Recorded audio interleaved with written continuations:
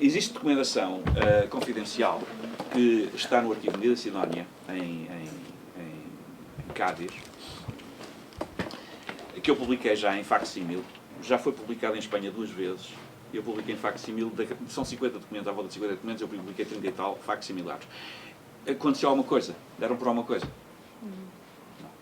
Pronto, a técnica é esta, é fazer de conta que não existe. Assim, não vale a pena a gente mexer em coisa nenhuma que não existe, não está lá, não é? Bem, a documentação esteve guardada, e está outra vez guardada, porque a Duquesa Vermelha, não é? Casou com a secretária antes de falecer, pouco tempo antes de falecer, a secretária herdou toda a fortuna da Duquesa e a família, evidentemente, não gostou da história e pôs tudo em tribunal, está tudo em tribunal, fechou tudo. Portanto, neste momento não está acessível. Mas eu tenho, porque a própria Duquesa me forneceu todos os facsímiles dos documentos. Todos. De grande qualidade, inclusive para reproduzir, em grande formato, etc. Portanto, porque eu mantive contactos com a senhora, porque efetivamente os documentos que interessam para este caso, estão todos lá, são estes. Porque são os documentos contemporâneos, confidenciais e alguns autógrafos do Filipe. Porque o Duque de Medida Sidónia foi o grande título. O Duque de Medida Sidónia era uma pedra no sapato do Filipe, porque o Duque de Medida Sidónia, em determinado momento, quis, ou um determinado Duque de Medida Sidónia, em determinado momento, quis dar o grito do Ipiranga, não é? E declarar a independência da Andaluzia. E, portanto, isso foi por essas e por outras que ele o introduziu na Armada Invencível e o mandou lá, porque, evidentemente, ou saía vitorioso, ou era um grande desastre, não é? Portanto, das duas uma, foi um grande desastre, portanto, caiu em desgraça. Pronto, resolveu a situação. Agora, o problema dessa documentação é uma documentação muito interessante. Porquê? Porque desde a primeira carta que chega após a batalha, que chega 2 dias depois da batalha, e que diz que o Dom Sebastião foi objeto de uma emboscada e está preso, e diz onde. E essa é a primeira notícia que chega aqui. Essa notícia também chega a Portugal. Chega lá e chega cá. E a primeira pessoa a saber disso é o Duque de Medida Sidónia. Que tinha uma certa simpatia pelo Dom Sebastião, ainda por cima. Tinham-se conhecido em Lisboa, ele enquanto diplomata, e tinha uma certa simpatia por ele. E mantive essa simpatia até morrer. Tanto que no testamento está esclarecido, perfeitamente esclarecido, qualquer pessoa que tem acesso ao testamento, diz que ficou o próximo Duque com a incumbência de resolver o assunto até às últimas consequências. Ou seja, esclarecer se o personagem que está preso é ou não é o Dom Sebastião. Ele não diz o Dom Sebastião, diz o Rei de Portugal, que é mais grave ainda. Porque o Rei de Portugal, nesta circunstância, estava sujeito a um constrangimento ilegal. Não é? E, portanto, o Filipe, neste momento, era um usurpador do trono. Sim. Estão a ver como é que isto funciona? A linguagem é muito importante. Não é o Dom Sebastião, é o Rei de Portugal. Pois. Estão a ver? O Rei de Portugal, neste momento, já era o Dom Filipe, não era? Quando um Duque de Medida Sidónia diz que o Rei de Portugal está preso, então quer dizer que o Filipe é o usurpador. Estão a ver? Portanto, é muito interessante isto, explorar estas nuances. Depois, há outra questão. A documentação é esclarecedora porque o Filipe troca cartas com as novas autoridades saídas da vitória de Alcácer Quibir. E essas cartas dá para perceber que há ali um problema por resolver, que é um prisioneiro. Um prisioneiro. Aliás, é sempre designado nas cartas pelo prisioneiro. O Filipe várias vezes tentou que o prisioneiro fosse trocado. Houvesse uma troca de prisioneiros e o prisioneiro regressasse. Mas só que o prisioneiro não queria regressar. Não eram os marroquinos que não queriam que ele viesse, era o próprio prisioneiro que não queria. Tinha uma corte montada com todos os outros portugueses que desapareceram pura e simplesmente, cujas famílias gastaram as fortunas familiares na tentativa de saberem onde paravam, de os resgatar, etc. E não conseguiram, não é? Porque eles não queriam sair dali. E, portanto, Dom Sebastião teve uma corte montada. Teve uma corte montada em Larache. Eu sei esses pormenores todos, sabe? Pelas cartas. Protegida por quem? A corte era protegida por quem? Pelos marroquinos. Porque os marroquinos estavam aqui com um problema, um problema para resolver, que é assim. Os herdeiros do Molay vencido em Alcácer Quibir, que o Dom Sebastião tinha ido apoiar, refugiaram-se em Portugal imediatamente após a batalha. Quando o Filipe chega cá, eles estão cá. O Filipe agarra-os e diz para o lado de lá: se vocês libertarem o prisioneiro, eu liberto estes. Estão a ver? Mas o prisioneiro não queria ser libertado, como não queria o Sebastião ia concretizar o... Não queria porque, de acordo com o mito, ele tinha que passar por isto. E o mito depois não, ele Você tem, não surge como você um tem, imperador você do tem que Quinto conhecer a Império. profecia. Você tem Pois, que eu não conhecer conheço. a profecia não conheço, primeiro, sou a completamente- profecia, que é uma profecia. Mas Que qual é a profecia? eu vou dizer qual é. É uma profecia de origem bizantina, que chega a princípio no século VIII, e que é, digamos, a grande bandeira da luta contra o islamismo que está a implantar-se a partir de 711, não é? Embora de uma forma diferente, não se tratou de uma invasão nessa altura não houve invasão, houve sim uma vinda de muçulmanos com o objetivo, enquanto mercenários, pagos para esse efeito, que ficaram com responsabilidades de algumas alcadarias. Depois houve, evidentemente, movimentos no sentido de impor chárias e etc. Não há dúvida. Agora, nessa altura, é que essa profecia ganha a importância que ganha. Porquê? Porque é uma profecia que deslinda todo o processo de afrontamentos contra o Islão e de vitória sobre o Islão. Essa profecia é uma profecia que dá por vários nomes, mas o nome mais vulgar na nossa profética, porque ele está na nossa profética. Se não estivesse é que era grave. A gente não dizia, estamos a inventar, não estamos, está em todo lado. Só que aparece em segundo plano ou terceiro plano, a partir do século XVII. Exatamente, só a partir do século XVII entra em segundo plano. Mas diga o que é que diz a profecia. A profecia é chamada de São Metódio ou de Pseudo-Metódio. E a profecia, eu já publiquei, no meu livro está publicado em português, a parte que interessa, e a profecia diz mais ou menos isto, o que é contraditório relativamente àquilo que é a posição do Vieira e de todos os outros quinto imperialistas posteriores. Como vamos ver rapidamente. Portanto, a profecia diz que o imperador futuro tem que afrontar o Islão, ser vencido de uma forma estrondosa, que toda a gente assista a isso, andar em tribulação, e quando toda a esperança estiver perdida, estou a citar textualmente, quando toda a esperança estiver perdida, aparecer miraculosamente e de novo congregar as suas forças e defrontar o Islão, e aí sim ganhar numa batalha final escatológica ao Islão. Exatamente, e o Walter Cristo. E depois de ganhar a batalha, a história que se conta é que esse imperador será o imperador do Quinto Império para todo o sempre. Não é? Ora, de acordo com a profecia do Metódio e com a posição do Dom Sebastião, eu estou francamente convicto que era essa a posição do Dom Sebastião, tanto que o Dom João IV depois vai dar alguns passos no mesmo sentido, que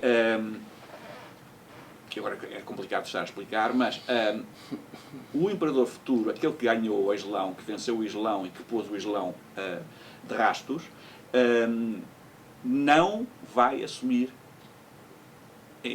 não se vai assumir enquanto imperador. Vai abdicar. A sua coroa de imperador será oferecida em Jerusalém a Deus. Portanto, essa coroa será colocada em Jerusalém, num local específico de Jerusalém, que está também descrito, e o imperador abdica e retira-se. A ver? Completamente oposto àquilo, não é? Ou seja, e Nossa Senhora de Vilhaviçosa. Exatamente. O Dom João IV faz isso com a coroa nacional, com a coroa portuguesa, entrega a coroa a Nossa Senhora de Vilhaviçosa, que não podia ajudar além, entrega a um intermediário. E Dom Sebastião andava a ler essas profecias. O Dom João andava a ler essas profecias, com certeza, completamente. O Dom Sebastião, porque essa profecia também já tinha sido lida, sabe por quem? O avô, Carlos V. E o Dom Sebastião, de acordo com as crónicas, sobretudo as jesuíticas, terá sido o responsável pela morte prematura do seu confessor, do Padre Câmara, que, dizem os cronistas jesuítas, morreu de desgosto prematuramente pelo Dom Sebastião o ter preterido face ao aio, que tinha sido o aio de Carlos V. Portanto, esta história está perfeitamente esclarecida, são os próprios cronistas jesuítas quem diz isso, preto no branco. E, portanto, por outro lado, há outra coisa engraçada, que é outra coisa que é preciso ter em consideração também nisto. Aliás, já falámos uma vez sobre isto. Se vocês repararem, depois, a partir de um determinado momento, antes de implementar o Casa Quibir, o Dom Sebastião, e sobretudo após a morte do confessor, o Padre Câmara, o Dom Sebastião nunca mais, mas nunca mais, se faz rodear de jesuítas. Por que será? Há todas as ordens religiosas à volta dele, exceto os jesuítas. Nunca mais houve jesuítas à volta de Dom Sebastião. Nunca. Eu ofereço ao Víceras a quem encontraram. que tenha aparecido e tenha andado ali, não é? A seguir à morte Sim, e portanto que se tenha tornado, eu estou a falar que se tenha tornado íntimo do Dom Sebastião, não é que tenha andado ali, ou tenha ido à corte, não é isso, se tenha tornado íntimo como o Padre Câmara era, não é? Portanto, nunca mais. E isto tem a ver com outro processo, que não tem nada a ver com o nosso processo, com este processo da Alcácer Quibir e do Império Universal, etc., mas tem a ver com um processo quase hoje seria alvo de uma inquirição judicial e se calhar chegava a tribunal, com certeza chegaria a tribunal porque o Dom Sebastião terá sido abusado tanto pelo Padre Câmara como pelo irmão, que também era jesuíta. E esse abuso imediatamente portanto, aquelas histórias que se conta acerca de alguns problemas de saúde relacionados com... Mas essa tese era do Johnson. Mas não, essa tese não era... Já vem de antes. Já. E, portanto, o Johnson apenas se limitou a reunir os documentos que estavam soltos e depois aquilo tudo. Exatamente. Mas qual é o início da história? O início da história é logo praticamente em cima do acontecimento. Há suspeitas, só que as suspeitas não... Sim, há suspeitas, eu sei, mas quer dizer, daí a inferir... Mas esse assunto é um assunto lateral para este caso, não é? Para este caso é mas é de veras interessante. Porque... Mas o que é facto é que, efetivamente, houve na parte de Dom Sebastião uma encarnação de um mito, e essa encarnação do mito até às últimas consequências. Por exemplo, quando é preso um falso Dom Sebastião em Veneza, vocês já ouviram falar dessa história, não é? Que depois, mais tarde, e só em Espanha, é identificado como Marco Túlio Calabrese, ou Marco Túlio Catizone. Só em Espanha que isso acontece. Em Veneza não, porque em Veneza os venezianos dizem assim: ok, vocês têm certeza que este é o vosso rei, tragam um documento comprovativo que é o vosso rei e a gente liberta imediatamente. O documento chegou 3 horas depois, o homem estava liberto. Portanto, tinha os 22 sinais particulares que estavam perfeitamente descritos e estão por todo lado, não é? Ora, e depois? E em Espanha, ele é trocado por um sósia. Eu coloquei os sinais para o Ministro, porque alguns deles, a serem verdade, são detectáveis do ponto de vista ósseo, porque pelo menos a parte do sobrolho, se é descrita como ela está descrita, obrigatoriamente, do ponto de vista forense, nós vamos conseguir detectá-la. E há mais. Uma espada... E há mais dados. Sim, mas isso eu descrevi, os estão lá todos. Aí como é que chegamos a Limoges? Mas deixe-me só terminar isto, porque é muito importante para explicar. Vamos lá ver. É muito importante isto, agora vem a seguir, na sequência disto. Portanto, o Marco Túlio Catizone era um sósia. Como é que eu sei que é um sósia? Porque, até foi o Veríssimo São quem publicou, há cartas trocadas entre Dom Sebastião e Marco Túlio Catizone anteriores ao Alcácer Quibir. E estas estão publicadas em Coimbra. E essas cartas estão no topo do tombo, ainda por cima. Portanto, significa o quê? Significa que eles conheceram-se porquê? Qual é o teor das cartas? Exatamente porque o Marco Túlio era sósia de Dom Sebastião. Era um tipo praticamente chapado. Não era austriano, era chapado, não é? Bem, e, portanto, como vocês sabem, um sósia dá sempre jeito. Não é? Dá sempre jeito. E aquele dava imenso jeito. E, portanto, os espanhóis também sabiam disso. E, portanto, vão buscar o sósia, quando ele é necessário, para o trocarem pelo verdadeiro. E a mulher do sósia, tudo isso está documentado, está em Simancas. Simancas é um alfobre, só que é preciso uma equipa, porquê? Porque é preciso decifrar os documentos, que estão todos cifrados, para depois os ler. E há documentos com 1,20 m linear, não é? Processos assim. Eu estive lá, vi alguns estão, há, digamos, cópias já decifradas. E as cifras são a geral do Filipe II? Não, as cifras, cada documento tem a sua cifra. É como são da origem a sua cifra. Bem, e então, o que se passa é que, portanto, são trocados, a mulher do Marco Túlio Catizone, que ele era casado, recebe uma choruda recompensa, e o Marco Túlio Catizone some-se a seguir. Tal como se some o Dom Sebastião. Não é? Porque, entretanto, não pode haver dois, só pode haver um, não é? Portanto, o outro some-se. E o sumiço tem a ver com o facto de ele ter que ir para um sítio onde os Habsburgos não governassem. porque se ele fosse para um desses sítios, não é? E onde é que eles não governavam? Em Inglaterra e na França. Ele escolhe a França porque a Inglaterra já tinha antes, porque ele foram buscá-lo, quem foi buscá-lo a Larache, por acaso não foi a Larache, porque os espanhóis não deixaram o barco chegar a Larache, portanto já tinham combinado isso, foram buscar um pouco mais a sul, a Safim, mas tudo isto a gente sabe pelas cartas do Filipe, estão a ver, nós sabemos estes detalhes todos, e portanto dá para perceber, sabemos inclusive quem estava do lado de lá, o Filipe não deu nenhum apoio a Dom Sebastião, não é que vir, pôs os seus emissários do lado do inimigo, e disse quem eram. Há uma carta a dizer quem é. Flantal, Sicantal, Batantal, os nomes todos. Então fez tudo para perder tudo isso, exatamente. Fez para tudo estar a perder. A perder, exatamente. Prometendo ajuda para ganhar. Primeiro, depois falta essa ajuda. Só lhe mandou a armadura do Carlos V, não é de todos. Bem, mas voltando agora, e para terminar. A questão é que, quando o Dom Sebastião chega à Inglaterra, porque é um barco inglês que o vai buscar, quando chega à Inglaterra diz não quer ficar aqui, porque isto é um país de hereges. Uma nação de hereges. Então, passa à França. E depois ele desaparece, antes de regressar para aparecer em Itália, não é? Para aparecer em Veneza. Bem, e ele vai para a França neste caso. Houve um acordo, certamente. É preciso termos em consideração o seguinte. Quem trata disto é um homem que também está citado nas cartas, e aparece com nomes completamente escarrapachado nas cartas do Filipe. Quem trata deste assunto, quem se torna, digamos, o secretário particular do prisioneiro, é o segundo filho de Dom António Pereira do Crato. É demasiada coincidência todas estas coisas, não é? Como é que é tanta gente conhecida no meio disto? Não é? Isto é uma... Pronto, o segundo filho chamava-se Cristóvão de Portugal.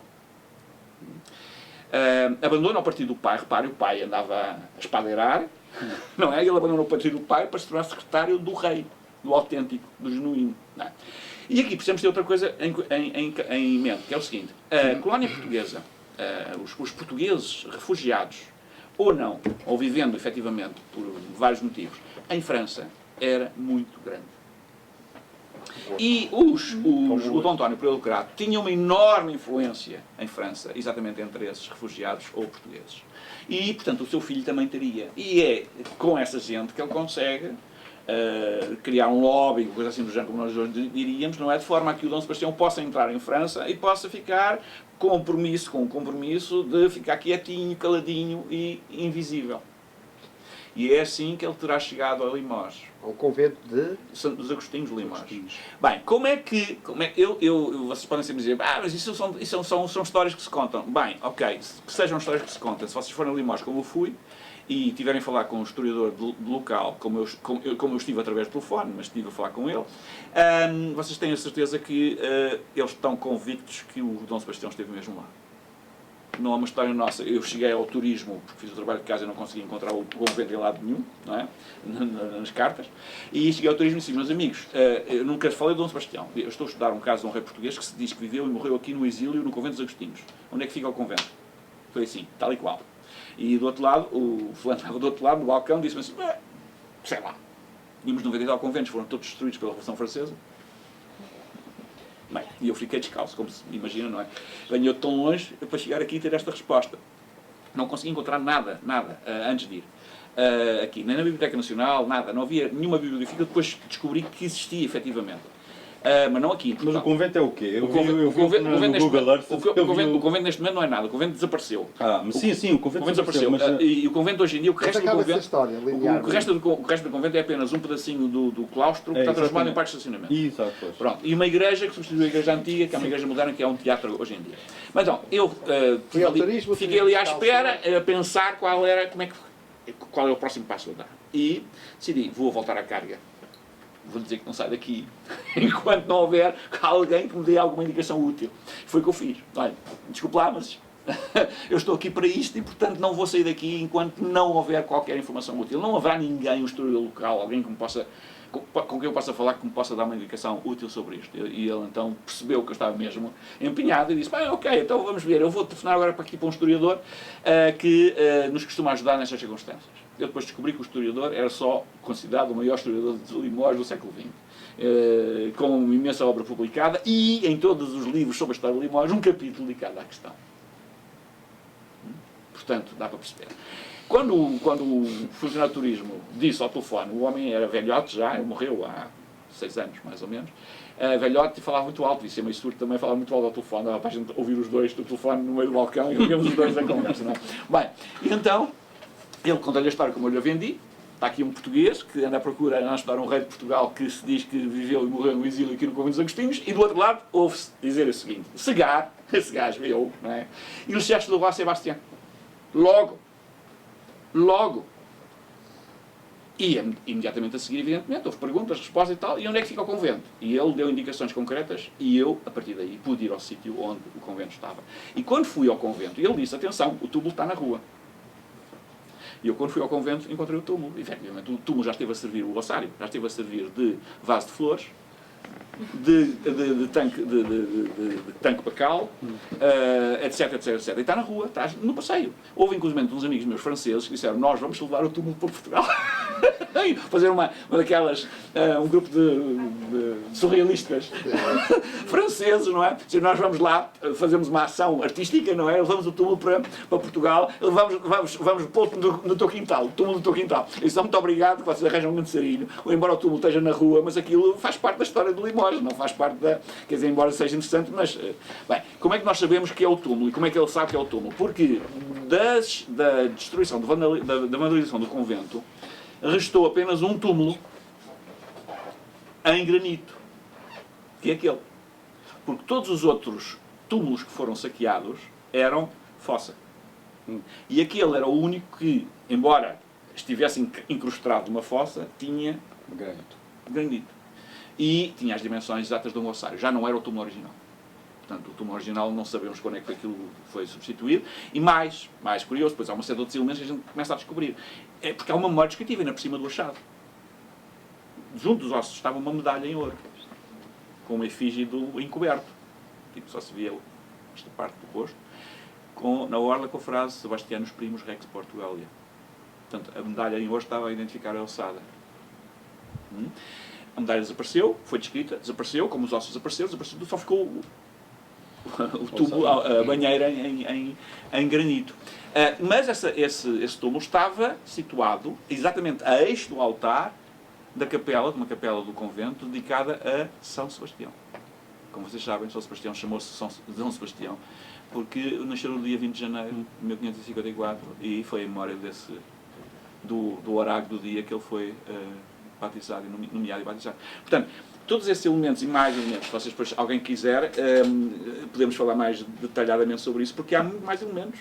E há bibliografia francesa, porque se vocês me citarem a mim, vai acontecer convosco a mesma coisa que acontece comigo, não é? Ninguém vos liga. Se vocês citarem os autores franceses, alguém vai prestar atenção. Não é? Porque é este o problema. A ciência está neste ponto. A ciência está neste ponto. As pessoas citam-se em círculo fechado, não é? E ficam todos muito contentes porque está tudo muito bem, é tudo muito científico. Quando, na realidade, quando há uma peça na engrenagem que pode estragar exatamente o circuito fechado, não é?